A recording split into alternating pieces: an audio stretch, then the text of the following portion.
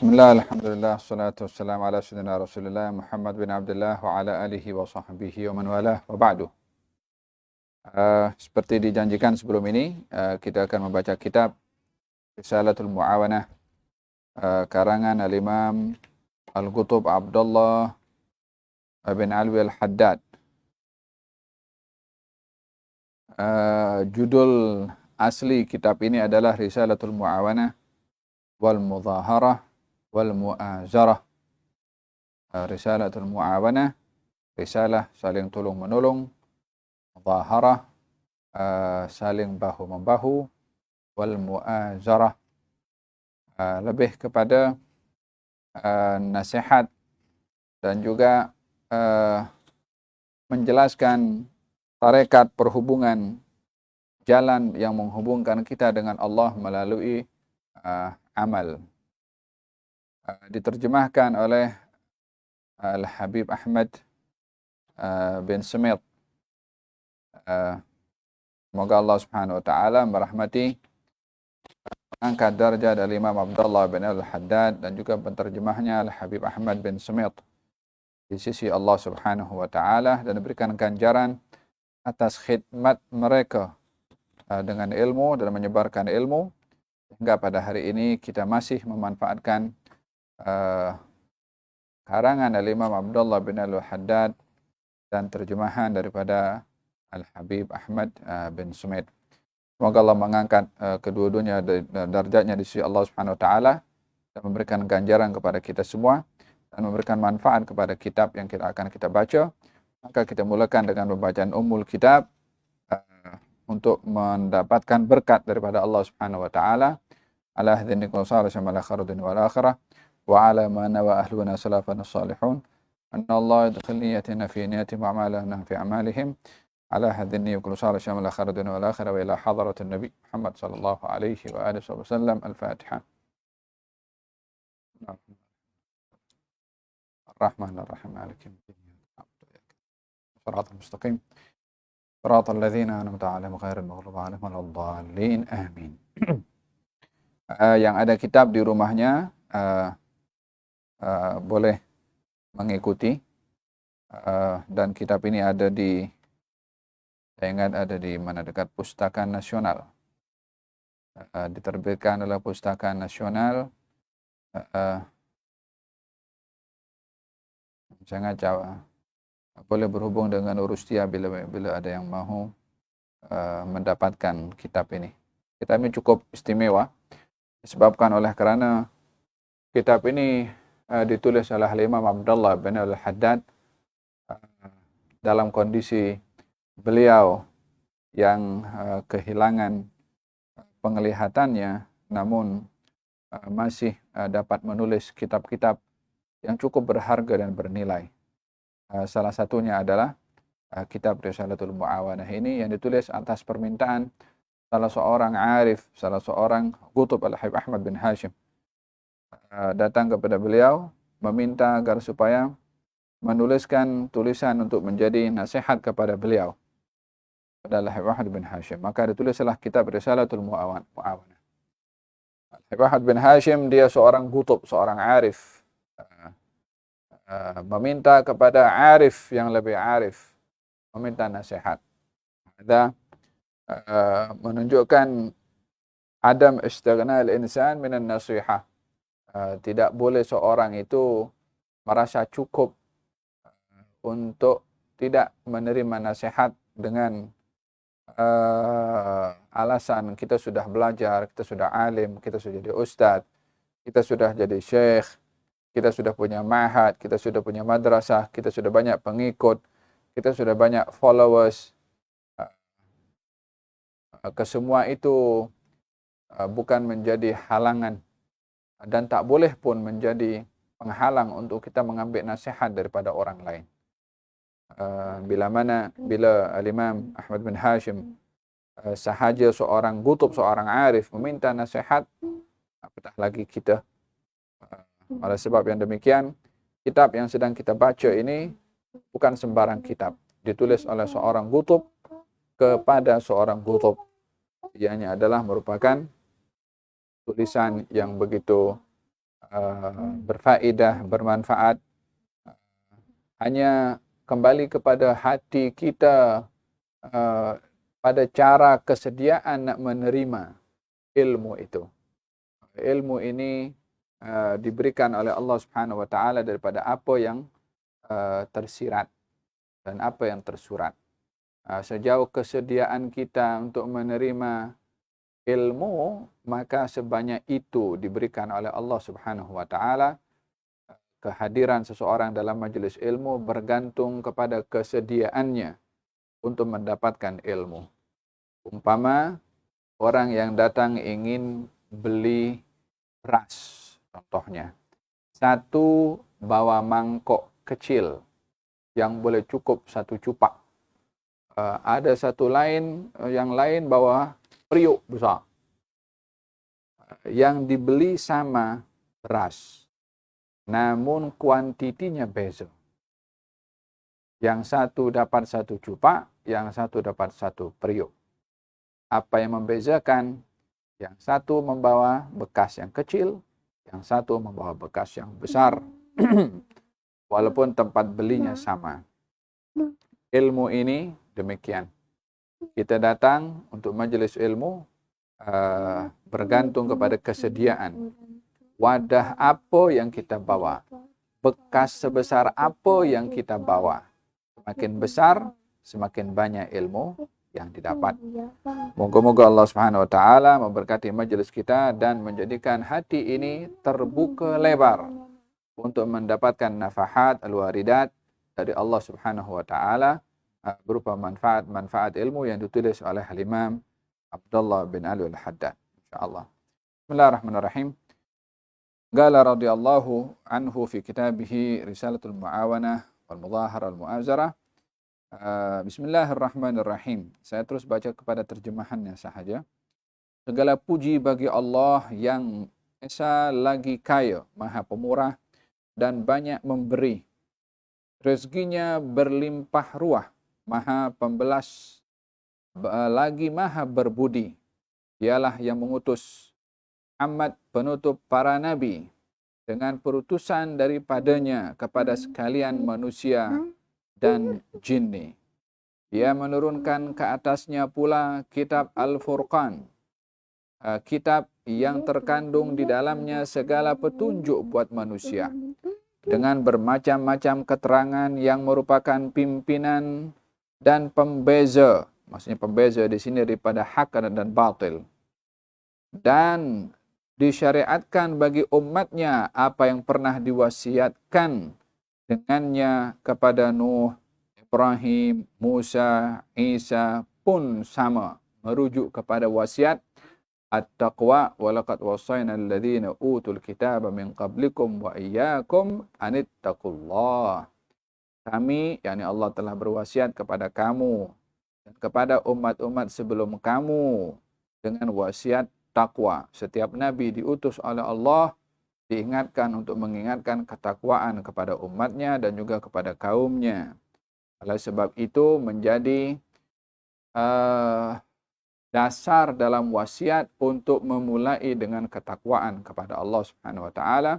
Oleh sebab itu disyaratkan dalam khutbah Jumat wasiat wa taqwa dan menjadi rukun di dalam khutbatul Jum'ah. Termasuk juga ketika seorang itu berwasiat dalam tulisan wasiat yang ingin dijadikan panduan setelah kewafatannya, maka terlebih dahulu berwasiat ketakwaan, karena itulah yang menjadi wasiat Allah Subhanahu wa taala kepada hambanya. Demikian silsilah kandungan risalah yang ada pada setiap nabi mengandungi wasiat takwa kepada umatnya, termasuk yang diwasiatkan oleh Allah kepada junjungan Nabi besar Muhammad sallallahu alaihi wa ala alihi wasallam. Setiap penulisan ditulis oleh para penulis akan memulai dengan Bismillahirrahmanirrahim. Bertujuan meniru Al-Quranul Karim, di mana Al-Quranul Karim dimulai dengan Bismillahirrahmanirrahim dalam surat Al-Fatihah. Dan dimulai juga dengan Alhamdulillah, memuji kepada Allah sebagai tanda syukur kepada Allah Karena nikmat yang diberikan oleh Allah berupa ilmu yang akan ditulis, yang mengharapkan kepada Allah agar supaya ilmu yang ditulis itu bermanfaat bagi pembaca. Maka bersyukur terlebih dahulu kepada Allah atas segala nikmat secara amnya dan nikmat khusus ilmu yang akan disampaikan dengan harapan semoga menjadi berkat kepada pembacanya. Oleh sebab demikian dalam hadis Nabi Muhammad SAW, kullu amrin fi balin la yubda'u fihi bismillah fahuwa aqta'. Setiap perbuatan baik kalau tak dimulai dengan bismillah, maka dia akan terputus. Maknanya tak ada barakahnya. Dalam riwayat yang lain, la yubda'u bihamdillah. Setiap perbuatan baik tak dimulai dengan alhamdulillah, maka akan terputus, yakni tak ada barakahnya. Oleh sebab yang demikian, penulisan mereka para ulama akan memulai dengan bismillah dan juga dengan alhamdulillah. Seperti mana Al-Quran dimulai dengan bismillah dan juga dengan alhamdulillah. Jadi pemulaannya dengan bismillah dan alhamdulillah meniru Al-Quranul Karim dan mengharapkan barakah pada tulisan yang ditulis. Nah, kemudian dan diutamakan agama ini di antara segenap agama-agama yang lama. Dijadikan dia sebagai semulia-mulia makhluk dalam ciptaan. Yang dimaksudkan adalah Nabi Muhammad sallallahu alaihi wa ala alihi wa sahbihi wasallam. Sebaik-baik makhluk, sebaik-baik nabi. Fil hadis Nabi bersabda, "Ana sayyidu waladi Adam wala fakhar." Saya adalah penghulu kepada seluruh anak Adam, namun saya tidak sombong. Demikian sabda baginda Rasulullah. Adam wa man dunahu tahta liwa'i yaumil qiyamah. Di hari kiamat nanti Adam dan lainnya di bawah panji aku. Beliaulah yang menjadi orang pertama masuk surga. Umatnya pun juga umat pertama akan masuk surga. Semoga kita termasuk dalam golongan orang-orang berada dalam shaf yang pertama bersama dengan beliau untuk memasuki surganya Allah tanpa hisab, tanpa taubih, tanpa azab, tanpa soal. Amin, amin, amin. Nah, dijadikan dia sebagai semulia-mulia makhluk dalam ciptaan. Begitu pula dengan umatnya sebaik-baik umat yang pernah dilahirkan. Kuntum khaira ummatin ukhrijat linnas. Kamu adalah sebaik-baik umat yang diciptakan oleh Allah untuk umat manusia yang lain. Khaira ummatin. Sebaik-baik umat karena menjadi umatnya Nabi Muhammad sallallahu alaihi wa ala alihi wa sahbihi wasallam. Nah, kita mendapat peruntukan sebaik-baik umat ini disebabkan oleh baginda Rasulullah.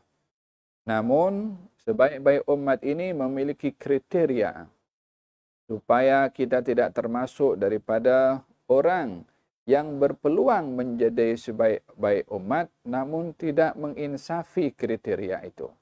Namun tidak mahu memiliki kriteria itu. Sesungguhnya, kedudukan itu diberikan oleh Allah Subhanahu wa Ta'ala, perlu disikapi dengan syukur. Kita dijadikan sebaik-baik umat bukan free. Kita dijadikan sebaik-baik umat bukan hanya diberi tanpa kita menghargai, tetapi sebaik-baik orang yang kalau diberi menghargai pemberian itu. Kalau seseorang diberi oleh ibunya satu pemberian, maka tanda hormatnya kepada ibu, dia akan menghargai pemberian itu. Dia akan jaga pemberian itu, dia akan simpan, dia akan bagi kepada orang lain. Apa sebabnya? Disebabkan oleh karena ibunya yang bagi. Mana ada pemberian yang lebih berharga daripada pemberiannya Allah.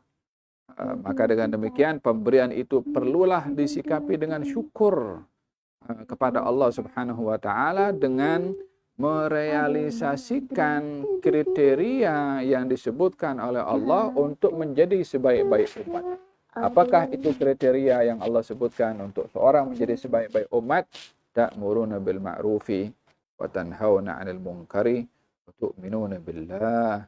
Hendaklah kamu menjadi sebaik-baik umat ini disebabkan oleh karena Rasulullah sifatnya mengajak kepada kebaikan, mencegah kepada kemungkaran, dan istiqamah di dalam iman. Istiqamah di dalam iman maksudnya di sini meningkatkan diri dalam iman, menambahkan darjat dalam iman. Itulah kedudukan seorang yang menjadi sebaik-baik umat. Semoga kita termasuk daripada orang yang digelari sebaik-baik umat dengan mengajak kepada kebaikan, mencegah kemungkaran dan meningkatkan keimanan.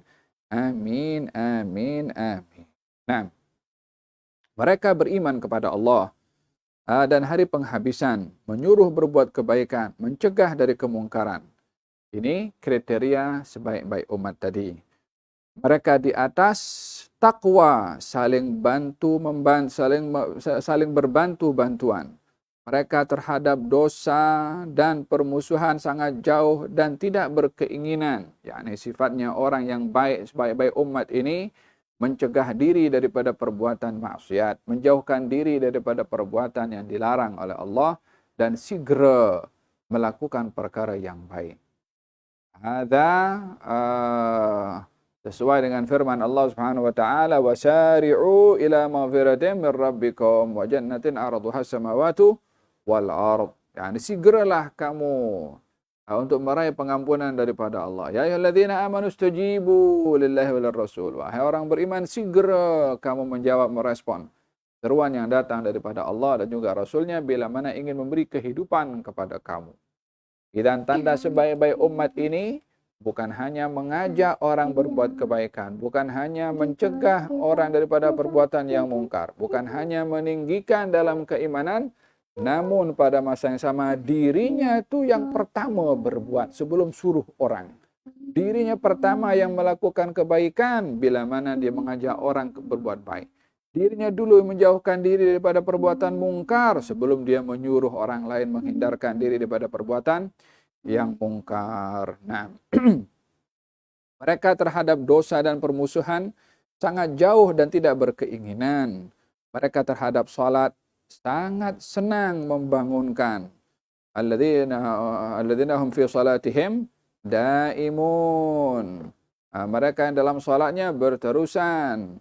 Yuhafizun, mereka menjaga kepada salatnya. Itu sebaik-baik umat. Jadi sebaik-baik umat itu ada kriteria, ada syaratnya.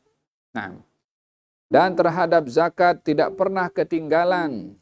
Menunaikan zakat sebagai salah satu rukun. Mereka saling pesan berpesan atas kesabaran.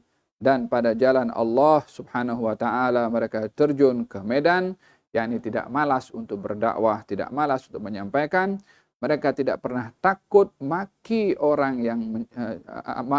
dan celaan. Dan kerap dilaungkan oleh ahli sesat dan kehinaan. Yakni tanda orang-orang yang sedang menjalankan tugasan mengajak kebaikan, mencegah kemungkaran untuk mendapatkan penghargaan sebagai umat terbaik tidak akan terlepas daripada makian orang. Tak akan terlepas daripada celaan orang. Tak akan terlepas daripada umpatan orang. Dengan demikian, orang yang dia mahu menjadi sebaik-baik umat kena bersedia untuk dimaki, bersedia untuk dihina, bersedia untuk dicela. Bagi orang yang dia kalau tak mahu dihina, tak mahu dicela saat ia mempertahankan kebenaran, maka dia belum ready nak jadi sebaik-baik umat. Kalau ada orang yang dia akan selamat daripada makian orang lain dan penghinaan orang lain saat memperjuangkan kebenaran, orang tersebut yang layak untuk terselamat adalah Rasulullah. Namun pada hakikatnya Nabi pun dicela, Nabi pun dimaki, Nabi pun dihina. Dikatakan pendusta, dikatakan bomoh, dikatakan penyair, dikatakan dia bawa dongeng, dikatakan gila. Itu celaan-celaan yang ditujukan kepada baginda Rasulullah. Kita kalau dicela sikit dalam Facebook kita dah melenting. Kita kalau disentuh sikit dalam komen orang kita pun dah marah-marah. Jadikan apa itu celaan orang, hinaan orang sebagai satu sumber nasihat. Adakah celaan itu betul atau tidak? Kalau celaan itu atas tuduhannya kepada kita betul, ya kita perlu insafi, perlu kita terima walaupun dengan cara yang kasar. biarlah orang itu salah kasar dalam menegur dengan menghina, tapi kita ambil yang baik dan positif. Khudh ma safa wada' ma kadar. Ambil yang bersih, buang yang keruh, buang yang kotor. Ada, kata salah seorang sahabat mengatakan, sebaik-baik sikap kepada orang yang berdosa kepada Allah kerana kamu, dengan kamu menyikapi taat kepada Allah terhadap dia. Orang yang bermaksiat kepada Allah terhadap kamu, sikapilah kamu dengan berbuat taat kepada Allah terhadap dia. Macam mana itu? Yalah, kalau orang buat maksiat kepada Allah terhadap kita, dia maki kita, dia umpat kita, dia cela kita, dia hina kita. Dia bermaksiat kepada siapa? Bermaksiat kepada Allah. Dengan apa bermaksiat kepada Allah? Dengan makiannya terhadap kita. Jadi kita macam mana? Kalau kita maki dia, kita cela dia, kita sama dengan dia bermaksiat kepada Allah terhadap dia. Jadi patutnya macam mana? Kita berbuat taat kepada Allah terhadap dia. Jangan dimaki, jangan dicela, jangan dihina. Faham dong? Hada pentingnya seseorang untuk memiliki tabah dan sabar serta lapang dada, bersedia untuk menghadapi makian orang dan tidak merasa tersanjung berlebih-lebihan bila dipuji oleh orang karena khawatir akan menjadi riya. Naam. Kerana tiada sesiapa yang menahan diri daripada jalan Allah atau yang mencela dari membangunkan kewajiban hak Allah kecuali siapa yang ditimpa kemurkaan Allah, yang kesudahannya akan tertarik kepada perpecah belahan dan kerugian, tersungkur dalam kehinaan dan kehancuran. Begitu pula tiada siapa mempertaruhkan diri untuk menasihati hamba-hamba Allah dan mengajak menyuruh ke jalan Allah, melainkan telah terdahulu buatnya kebajikan daripada Allah berupa kebahagiaan dan keamanan dengan memperoleh kemenangan dan keridhaan. Mereka itulah para pewaris Nabi dan Mursalin, para pemimpin wali al-muttaqin, sebaik-baik umat Rabbil Alamin dari kaum mukminin, yang dalam ilmunya sebagai para muhaqqiqin, yang penuh dadanya dengan hakikat iman para salihin dan ihsan serta yakin para muttaqin. Mereka berdiri di atas rahasia-rahasia Allah pada alam al-mulk dan malakutnya dari berbagai alam, termasuk alam kasyaf dan pendedahannya.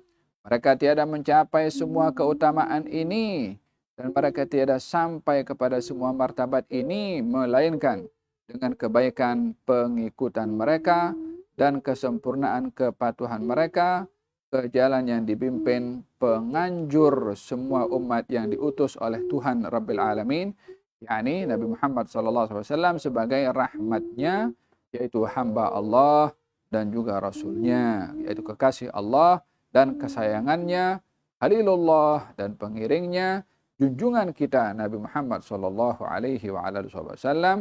salawat dan salam Allah ke atasnya, beserta para keluarganya dan kerabatnya, serta para sahabatnya dan tabi'innya pada setiap masa dan ketikanya, sesuatu salawat dan salam yang berterusan berkekalan sama dengan berkekalannya Allah Maharaja yang sempurna keesaannya. Amma ba'du. Ini muqaddimah yang ditulis oleh Imam Abdullah bin Al-Haddad. Adapun sesudah dari itu, maka berkatalah sang hamba yang fakir ini, merujuk kepada dirinya, yang mengaku banyak kelalaiannya dan kesalahannya, ini merujuk kepada tawaduk beliau, syuhudun nugusan, sentiasa melihat kekurangan kepada diri sendiri. Hada hamba yang fakir kepada Allah, hamba yang mulia kepada Allah Subhanahu wa ta'ala. Kemuliaan seseorang itu akan dilihat melalui syuhudun nuqsan fi nafsi, melalui melihatnya kekurangan pada diri sendiri. Tidaklah seseorang itu melihat dirinya serba-serbi berkekurangan dalam muamalahnya kepada Allah, melainkan ia semakin bertambah mulia di sisi Allah. Dan tidaklah seseorang itu melihat dirinya serba sempurna dalam muamalahnya, melainkan dia makin jatuh di mata Allah Subhanahu wa taala. Paham dong? Orang kalau melihat dirinya serba kekurangan, hatta ibadahnya macam mana, cukup menjadi contoh bagi kita. Baginda Rasulullah SAW pernah berdoa kepada Allah, ya Allah, aku belum sempurna sembah kepada Engkau, belum cukup aku sembah Engkau, belum sempurna ibadah aku pada Engkau. Dan masihlah beliau juga berdoa, ya Allah, bantulah aku supaya sempurna beribadah kepada Engkau. Hari-hari selepas salat beliau baca, Allahumma inni ala dzikrika wa syukrika wa husni ibadatik. Wa husni ibadatik. Ya Allah, bantulah aku sempurna dalam ibadah kepada Engkau. Faham dong? Oleh hadza, perlulah seseorang itu merealisasikan makna tawadhu, low profile, bukan dengan kata-kata, bukan dengan ucapan, bukan dengan pujian orang yang mengatakan dia ni tawadhu, dia low profile. Tak ada makna semua itu kalau tak kena dengan hakikat sebenar hubungan kita dengan Tuhan. Apa arti pujian orang kepada kita kalau tak ada realitinya dalam hakikat hubungan kita dengan Allah? Apa arti sanjungan orang kepada kita kalau tak ada hakikatnya dalam hubungan kita dengan Allah? Tak akan pujian itu angkat darjat kita atau jatuhkan kita. Yang akan mengangkat darjat kita, muamalah kita dengan Allah. Hakikat hubungan kita dengan Allah. Itu yang akan menentukan.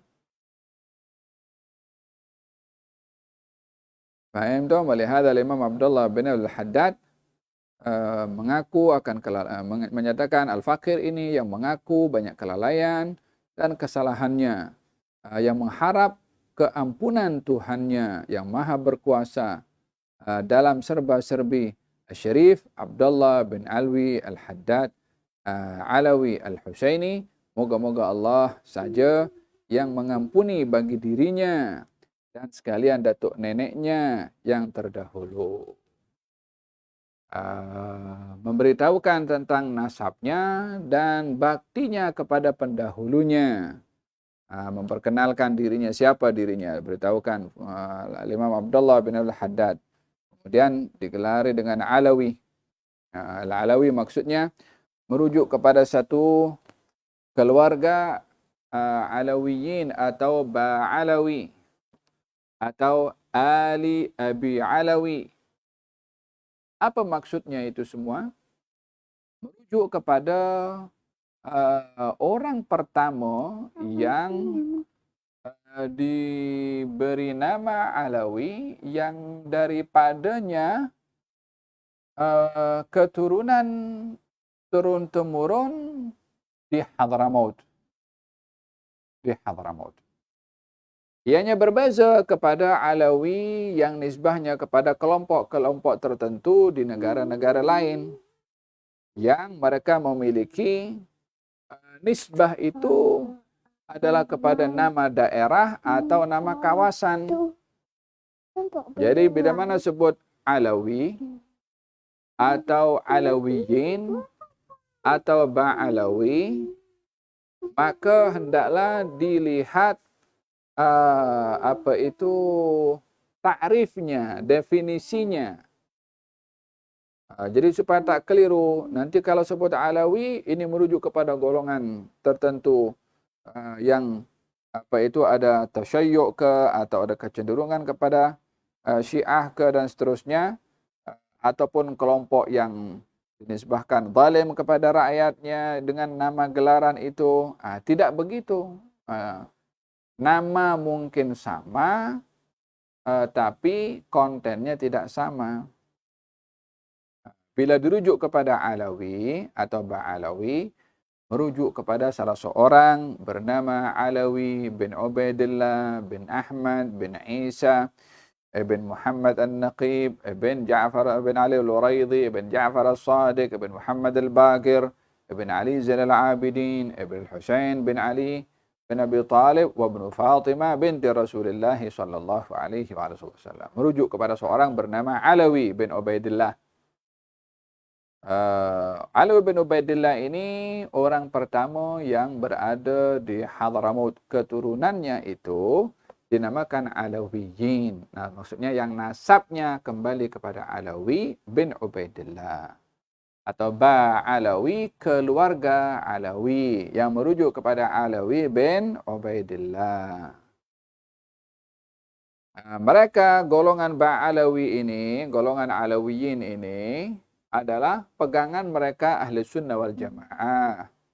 Mereka adalah keturunan mulia daripada Nabi Muhammad sallallahu alaihi wasallam, sebagaimana nasab mereka tertera, tersusun rapi, tercatat dalam tulisan-tulisan dalam buku-buku yang thiqah.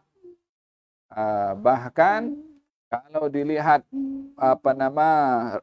sejarah di mana tok nenek mereka itu dikebumikan pun akan dijumpai. Ada semua. Jadi, nama Alawi itu merujuk kepada Alawi bin Ubaidillah. Dengan itulah dinasabkan seluruh keturunan Alawiyin yang ada di Hadramut. Lalu kemudian bertebaran di mana-mana tempat, termasuk di Asia Tenggara, termasuk di Malaysia, yang masih ada keturunan ini tersebar di mana-mana menyampaikan dakwah. Nah, salah satunya adalah Mufti Johor Al-Habib Ali bin Tahir Al-Haddad, kemudian Al-Habib Ahmad bin Salim Al-Attas, kemudian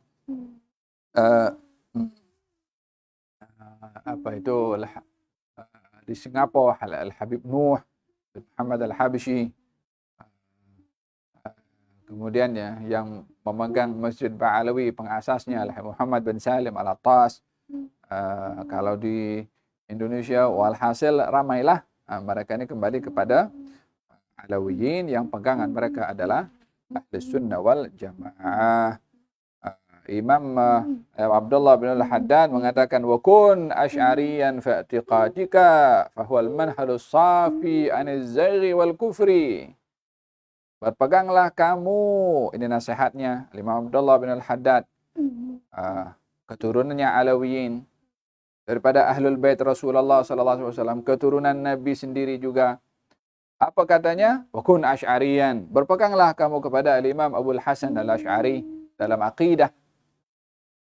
Siapakah Imam Abul Hasan Al-Asy'ari? Bukankah dia imam dalam Ahli Sunnah wal Jamaah?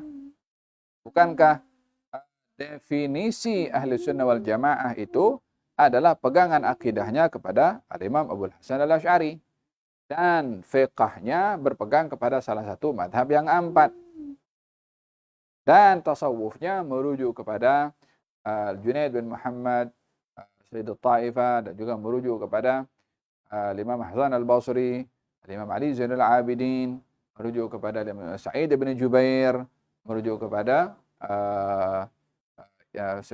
Imam Al-Ghazali. Itu semua adalah imam-imam Ahli Sunnah wal Jamaah yang terkedepan dalam ilmu tasawuf, yang menjadi pegangan kepada golongan Al-Alawiyin. Jadi saya perlu jelaskan di sini supaya tak ada kekeliruan. Kalau sebut Alawiyin, nanti tuduhannya kepada yang bukan-bukan. Jadi hendaklah dipastikan apa itu sejarahnya itu siapa, ya. La ilaha illallah.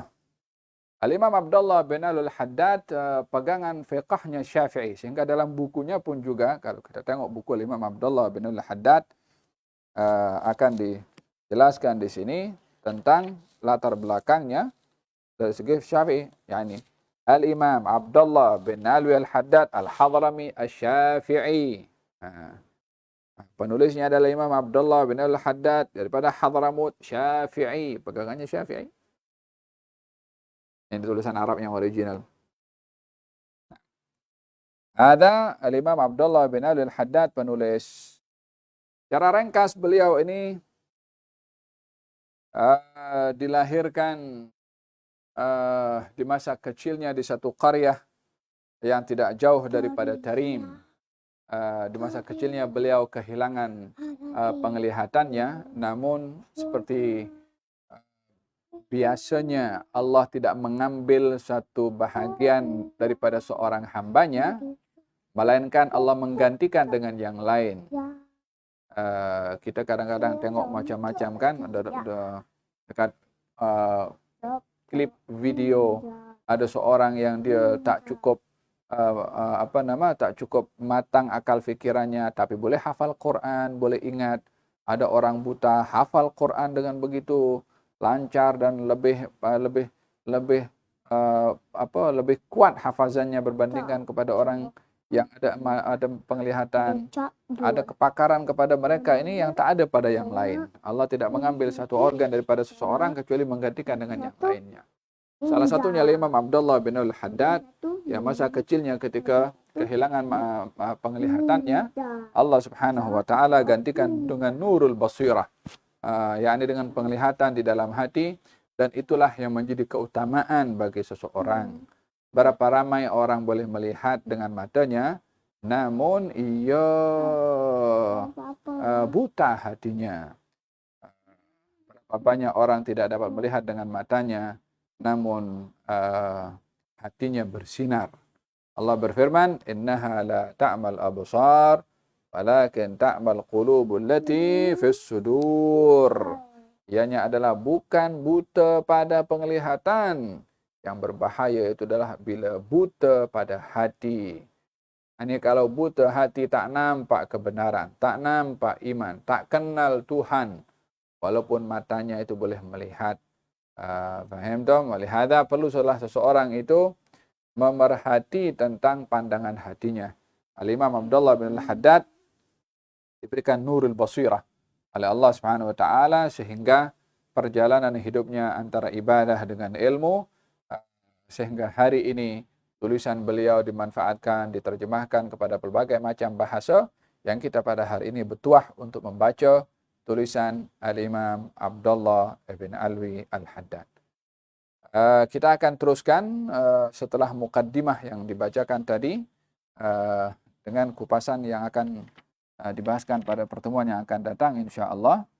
Ini sebagai mukaddimah sahaja, pengenalan tentang kitab dan pengenalan tentang penulis dan metodologi yang dipegang oleh penulis, yaitu pegangan tarekat Ba'alawi atau tarekat Alawiyin atau tarekat Al-Abi Alawi yang menjadi pegangan kepada penulis, yaitu tarekatnya Al-Imam Al-Ghazali, Al-Imam Junaid bin Muhammad, madhabnya beliau penulis ini Syafi'i, akidahnya adalah Asy'ari, ianya adalah identiti Ahli Sunnah wal Jamaah ada terhadap penulis buku ini.